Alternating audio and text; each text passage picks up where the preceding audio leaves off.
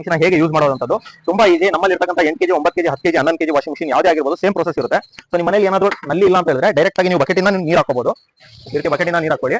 ನಿಮ್ಮ ಮನೇಲಿ ನಲ್ಲಿ ಇದ್ರೆ ಡೈರೆಕ್ಟ್ ಆಗಿ ನಿಮ್ಮ ಮನೇಲಿ ನಲ್ಲಿ ಇದ್ರೆ ಟ್ಯಾಪ್ ಇಂದ ಕೂಡ ಈ ರೀತಿ ಪೈಪ್ ಇರುತ್ತಲ್ಲ, ಪೈಪ್ ಇಂದ ಕೂಡ ನೀವು ನೀರನ್ನ ಹಾಕೋಬಹುದು.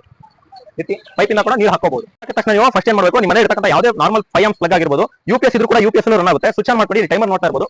ಟೈಮರ್ನ 15 minutes ತಿರ್ಸ್ಬಿಡಿ.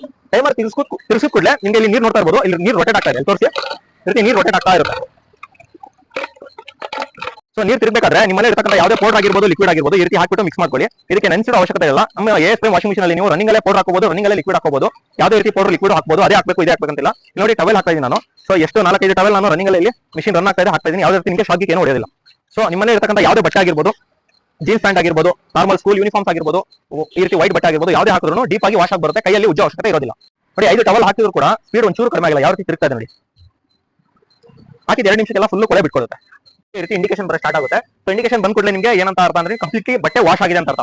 ಬಟ್ಟೆ ವಾಶ್ ಆಗಿದ ಕೂಡಲೇ ನಿಮಗೆ 1 ನಿಮಿಷ ಇರ್ತಿ ಇಂಡಿಕೇಶನ್ ಬರುತ್ತೆ. ಇಂಡಿಕೇಶನ್ ಬಂದ ಕೂಡಲೇ ನೀವೇನ್ ಮಾಡಿ ಸ್ವಿಚ್ ಆಫ್ ಮಾಡಬೇಕು. ನೀವು ಪೈಪ್ ನ ಕೆಳಗಡೆ ಬಿಟ್ಟರೆ ಸಾಕು, ಕೊಳೆ ನೀರೆಲ್ಲ ನಿಮಗೆ ಕಂಪ್ಲೀಟ್ ಆಗಿ ಹೊರಟೆ. ಈ ಪೈಪ್ ನ ಈ ರೀತಿ ಕೆಳಗಡೆ ಬಿಟ್ಬಿಟ್ರೆ ನೋಡಿ ಕೊಳೆ ನೀರು ಈ ರೀತಿ ಹೋಗ್ತಾ ಇರುತ್ತೆ. ಕೊಳೆ ನೋಡಿ ಯಾವ ರೀತಿ ಹೋಗ್ತಾ ಇದೆ ಇಲ್ಲಿ ತೋರಿಸಿ. ಹಾಕಿದೆ ಯಾವ ರೀತಿ ಕ್ಲೀನ್ ಆಗಿದೆ. ಫುಲ್ ಕೊಳೆ ಇತ್ತು, ಫುಲ್ 100% ಆಗಿ ವಾಶ್ ಆಗಿದೆ.